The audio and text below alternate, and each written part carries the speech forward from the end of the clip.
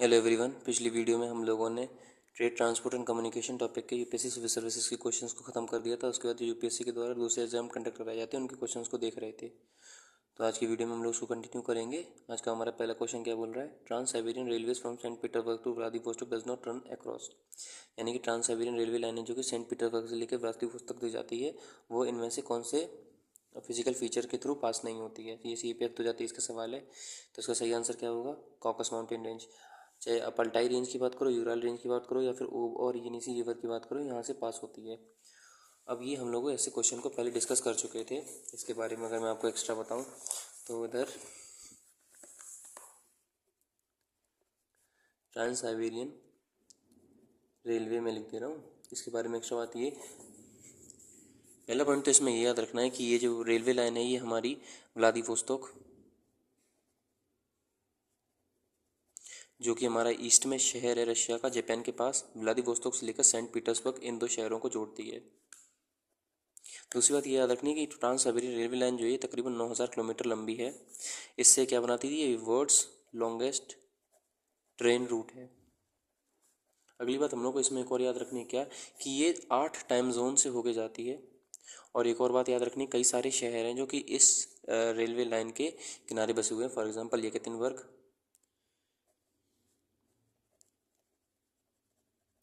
For example एक और शहर है जिसको हम लोग बोलते हैं नोवो सिबिर्स्क, BIRSK, नोवोसिबिर्स्क। और एक और शहर है जिसको हम लोग बोलते हैं इरकुत्स्क। एक और शहर है जिसको हम लोग बोलते हैं मुर्मांस्क। वो हम लोग को इसलिए याद रखना क्योंकि करंट अफेयर में था, इंडिया जो है वो आर्टिक क्वेश्चन में अपनी एंट्री चाहता है, जिसके लिए मुर्मांस्क पोर्ट जो है वो उसके लिए एक वेलकमिंग स्टेप होगा जो कि रशिया में पाया जाता है।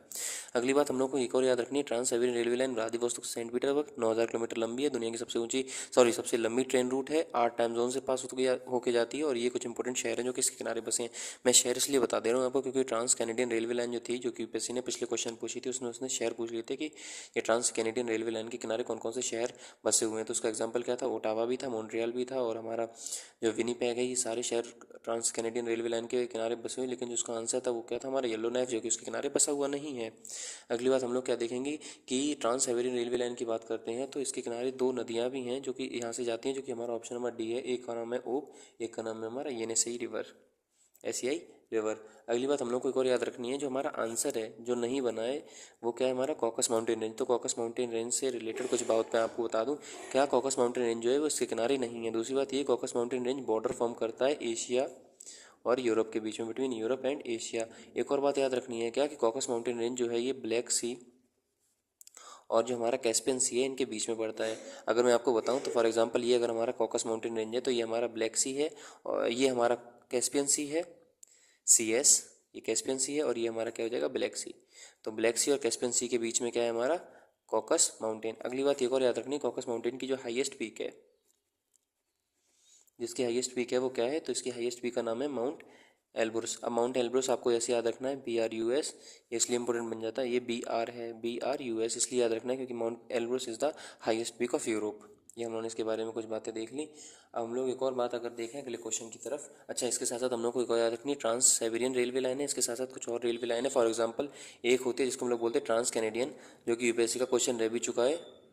ट्रांस कैनेडियन रेलवे लाइन की बात करते हैं जब हम लोग, तो ट्रांस कैनेडियन रेलवे लाइन की बात करते हैं तो ये जो है ये पैसिफिक ओशन से लेकर अटलांटिक ओशन दोनों को जोड़ता है। ये रशिया जो हमारा कनाडा के शहर हैं, एक हैलिफैक्स दूसरा वैंकूवर, इन दोनों को जोड़ता है। अगली बात एक और याद रखनी, ट्रांस कैनेडियन रेलवे लाइन के किनारे कई सारे इंपॉर्टेंट शहर हैं। For example Montreal, for example हमारा Ottawa, for example Winnipeg, for example Jasper. जिसके किनारे शहर नहीं उसका नाम क्या है, येलो नाइफ। जो तीसरी इंपॉर्टेंट है उसको हम लोग बोलते हैं ऑस्ट्रेलियन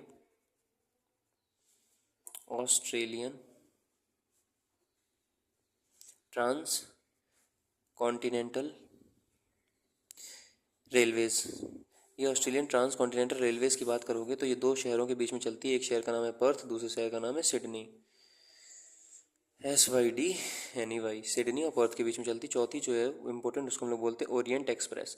अब जब आप ओरिएंट एक्सप्रेस की बात करोगे तो ये 2 इंपॉर्टेंट शहरों के बीच में चलती है, पेरिस जो कि फ्रांस में है और दूसरा हमारा इस्तांबुल। अच्छी बात है, ये उन्होंने सारी इंपॉर्टेंट रेलवेज देख ली। अगला क्वेश्चन क्या है, which of the following is correct, Visakhapatnam is landlock harbour. और अगला हमारा बोल रहा है Deendayal port is tidal port. तो हम लोगों ने ये पहले भी पिछली वीडियो में देख चुके हैं कि विशाखापट्टनम की बात करोगे तो बिल्कुल ये लैंडलॉक हार्बर है, डीपेस्ट इनलैंड लैंडलॉक हार्बर है। और अगली बात इसकी बात करोगे दीनदयाल पोर्ट की, तो ये हमारा टाइडल पोर्ट है, यानी कि ऑप्शन नंबर 1 और 2 कैसे हैं, दोनों सही हैं। अब मैं कुछ एक्स्ट्रा बताऊँ आपको। जब हम लोग विशाखापट्टनम पोर्ट की बात करते हैं तो ये हमारा आंध्र प्रदेश में पड़ता है, पहली चीज़। दूसरी चीज़ ये है कि इंडिया के ईस्ट कोस्ट में पड़ता है। मैं शॉर्ट में इसलिए लिख रहा हूँ जिससे कि हम लोग कम टाइम में ज़्यादा अपना आउटपुट अचीव कर पाएँ। तो ये कैसा है, ये हम लोग को एक बात याद रखनी, क्या है, ये हमारा इनलैंड पोर्ट है। अब इनलैंड पोर्ट का मतलब ये सिंपल होता है मेरे दोस्त, कि फॉर एग्जांपल ये हमारा कोई पोर्ट है, ये हमारा समुद्री तट है, यहाँ से हमारा समुद्र चालू हो रहा है। तो पोर्ट जो होता है वो कायदे में क्या होना चाहिए, समुद्र से सटा हुआ होना चाहिए, समुद्र पे लगा हुआ होना चाहिए। लेकिन ये क्या है, ये समुद्र से दूर है, समुद्र से अंदर है, और यहाँ पे एक चैनल के माध्यम से जुड़ा हुआ है। अब इससे क्या होगा, देखो जब विशाखापट्टनम पोर्ट की आप बात करोगे तो इसके सामने एक डॉल्फिन्स नोज नाम की एक हिल है, यानी कि डॉल्फिन की जैसी नोज होती है वैसी हिल है। अब ये हिल जो होती है नेचुरल बैरियर की तरह काम करती है, जिससे कि जो ओपन सी कंडीशन होती हैं, अभी ओपन सी कंडीशन क्या, फॉर एग्जांपल तेज लहरें हो गया, साइक्लोन हो गया, इन सब से क्या करते हैं, इस हार्बर को बचा के रखती हैं, इस पोर्ट को बचा के रखती हैं, जिससे कि क्या हो जाता है, one of the safest harbour हो जाता है ऑफ ईस्टर्न साइड। अच्छी बात है। अगली बात हम लोग को एक और याद रखनी है भाई, क्या कि विशाखापट्टनम पोर्ट जो होता है वो आयरन ओर को एक्सपोर्ट करता है, किसे, आयरन ओर को एक्सपोर्ट करता है हमारे जापान को। अच्छा, जरूरी नहीं है कि मेरे भाई आयरन ओर केवल यही एक्सपोर्ट करे, इसके साथ साथ 2 और पोर्ट हैं, एक का नाम है पारादीप, एक का नाम है हमारा मुर्मुगांव, जो कि हमारा कहाँ है, मुरमा गांव, जो कि हमारा कहाँ है, गोवा में है। दूसरी बात क्या, जो हमारी ज्वारी एस्चुरी है उसके फॉर्म होता है। अच्छी बात है। तो हम लोगों ने देख लिया विशाखापट्टनम पारादीप ये आयरन ओर एक्सपोर्ट करता है। अगली बात अगर हम लोग को एक इंपॉर्टेंट याद रखनी, क्या कि जो हमारा विशाखापट्टनम पोर्ट है ये हमारा कैसा है, ईस्ट का पोर्ट है। तो ईस्ट के पोर्ट जरा, सॉरी ये हमारा, हाँ ईस्ट का पोर्ट है, तो ईस्ट के पोर्ट जरा हो जाए। तो मैंने क्या बताई थी आपको, मैंने बताई थी PVC KET। पी से हमारा क्या था, पारादीप, विशाखापट्टनम, सी से हमारा था चेन्नई, के से था हमारा कोलकाता या फिर श्यामा प्रसाद मुखर्जी, ई से हमारा था एन्नौर, और फिर हमारा टी से क्या था, तूतीकोरिन। हमने ईस्ट के देख लिए। अब वेस्ट की क्या ट्रैक थी, वेस्ट की ट्रैक थी हमारी K2M4J। के से हमारा क्या था, कोची, के से क्या था, कांडला, फिर Mundra port, Mangalore port, Mormugao port, Mumbai port, और जवाहर नेहरू या फिर नवसेवा पोर्ट। ये हम लोगों ने मोरलेस पोर्ट देख लिया। जब हम लोग अगले पोर्ट की बात करते हैं, दीनदयाल पोर्ट की, तो यार देखो दीनदयाल पोर्ट के बारे में मैं आपको पहले बता चुका हूँ, फिर से एक बार रिवाइज कर दूँ। दीनदयाल पोर्ट, पहली बात तो ये थी 1950 में फॉर्म हुआ था, रिवाइज कर ले रहे फटाफट।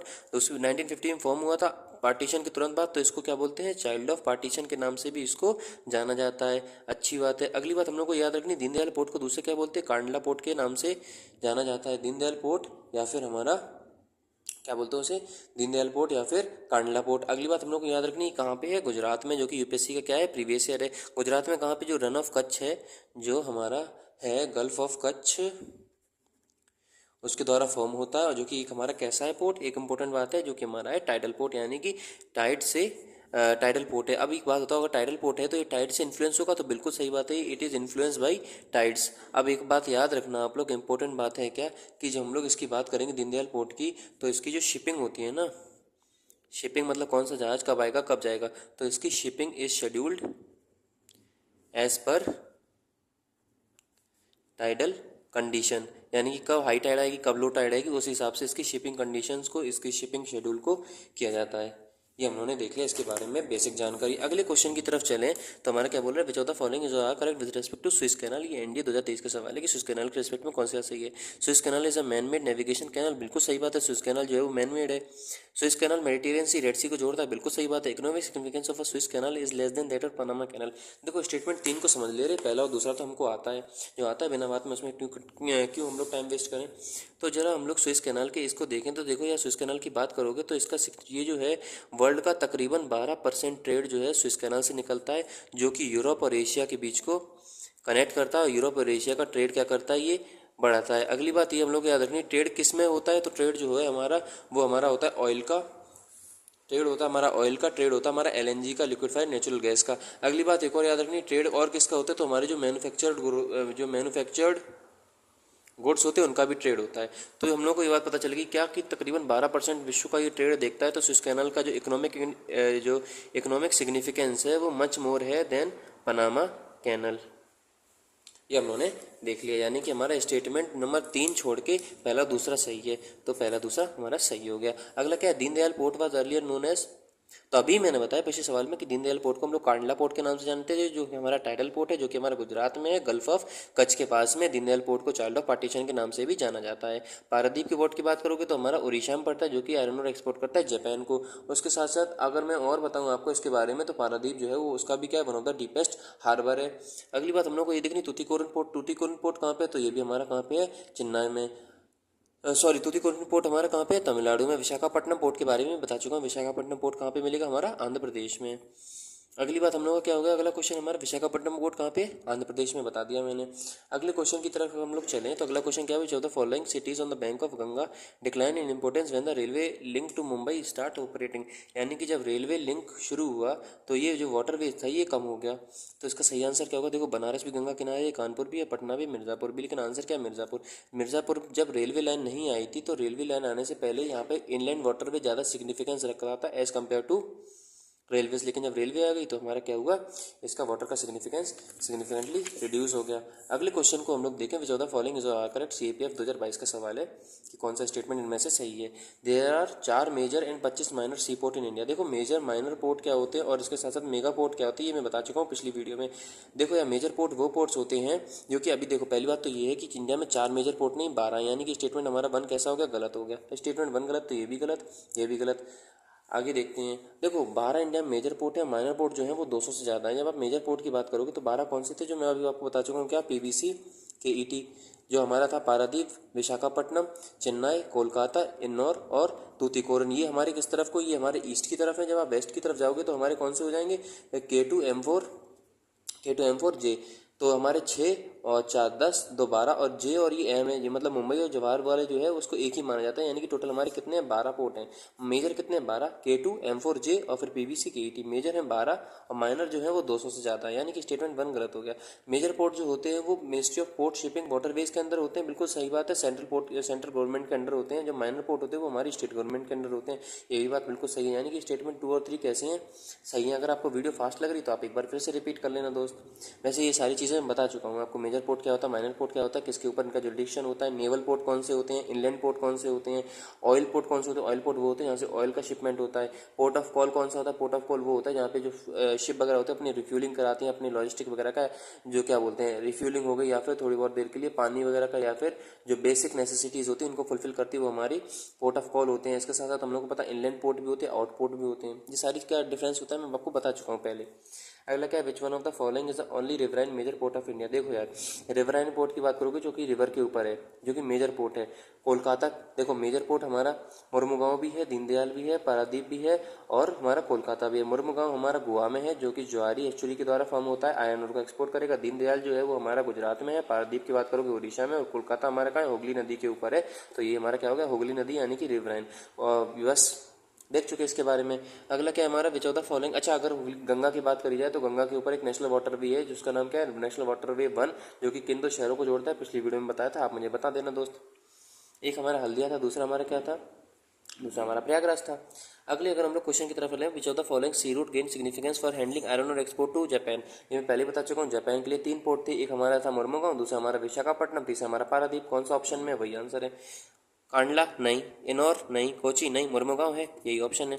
कांडला की बात करोगे दीनदयाल पोर्ट, बता चुका हूँ। इन्नौर पोर्ट की बात करोगे तो देखो एक इन्नौर पोर्ट का एक और नाम है जिसको हम लोग बोलते हैं कमराझार पोर्ट, जो कि हमारा कहाँ पे मिलेगा, तमिलनाडु में मिलेगा। अब इसके बारे में एक चीज़ याद रखना, क्या कि ये फर्स्ट कॉर्पोरेटराइज्ड पोर्ट था, यानी कि फर्स्ट, मैं बता दे रहा हूँ, इट वाज फर्स्ट, जो कि कैसा यूपीएससी का प्रीवियस ईयर क्वेश्चन भी है जो कि 2023 में पूछा गया था। फर्स्ट इंडियाज फर्स्ट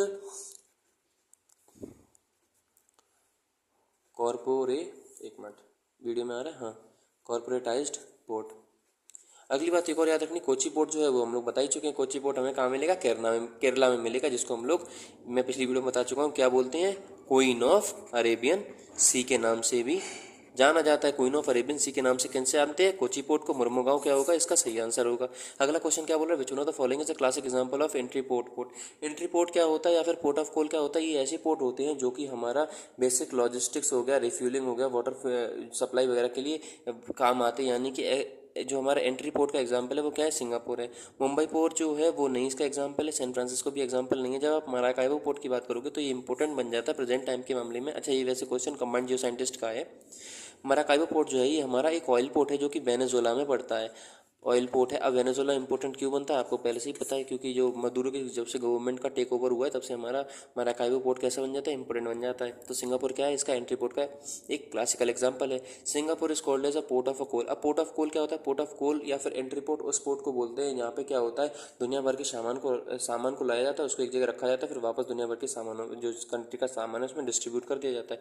तो पोर्ट ऑफ क्या कोल क्या होता है, it is a main sea route where an anchor for refuelling watering taking food item, जो मैं बता चुका हूँ ना, पर जो हम लोग टेम्परेरी हॉल्ट लेते हैं जिससे कि जहाज़ की मरम्मत हो गया या फिर शिपिंग क्या कहते हैं लॉजिस्टिक्स हो गया, वाटर हो गया, या बेसिक नेसेसिटी को फुलफिल करते हैं। तो ऑप्शन नंबर सी क्या हो गया, इसका सही आंसर हो गया। तो इस वीडियो में हम लोगों ने जितने भी थे ट्रेड, ट्रांसपोर्ट और कम्युनिकेशन के सवाल, उन सभी सवालों को अच्छी तरह से ख़त्म कर दिया। आपका कोई भी अगर डाउट हो तो मुझे बता देना। वैसे भी इस चैप्टर को करने की एक ही अप्रोच थी, क्या, करंट अफेयर। जितनी ज़्यादा आपके करंट अफेयर पे होल्ड होगा उतनी ज़्यादा आप अच्छी तरह से इस चैप्टर को कर लोगे। तो जो कोई भी आपका अगर सजेशन हो कमेंट बॉक्स में ज़रूर मुझे बताना। अगली वीडियो में हम लोग दूसरे चैप्टर के साथ मिलेंगे। टिल देन, जय हिंद, जय भारत।